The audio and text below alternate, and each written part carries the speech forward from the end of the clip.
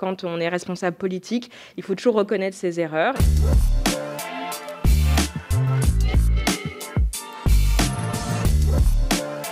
J'ai juré de dire la vérité. Et donc, ayant juré de dire la vérité, je me dois de vous dire que j'ai dit quelque chose d'inexact le 4 mars à France 2.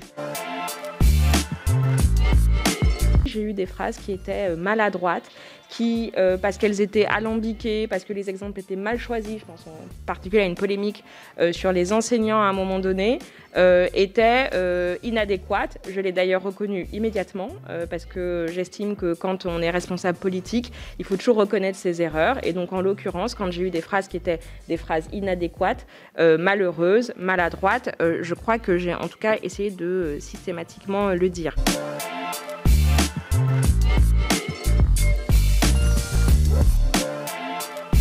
Le 31 janvier, un escadron de militaires assure une mission qui est dans la mission des armées, au fond, toujours protéger les Français partout où ils se trouvent, pour rapatrier ceux qui étaient à Wuhan jusqu'en France. Ils ont été testés, ils n'étaient pas porteurs du virus. C'était un raccourci.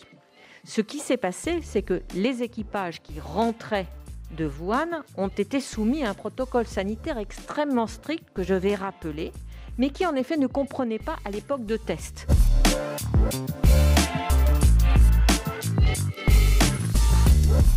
J'espère ainsi clore très solennellement devant la représentation nationale cette forme de procès en incompétence que je ressens. J'explique que le risque épidémique en France à cette date du 21 janvier est faible, mais peut évoluer, raison pour laquelle je décide, et je le dis aux Français, de m'exprimer devant eux tous les jours à partir du 21 janvier.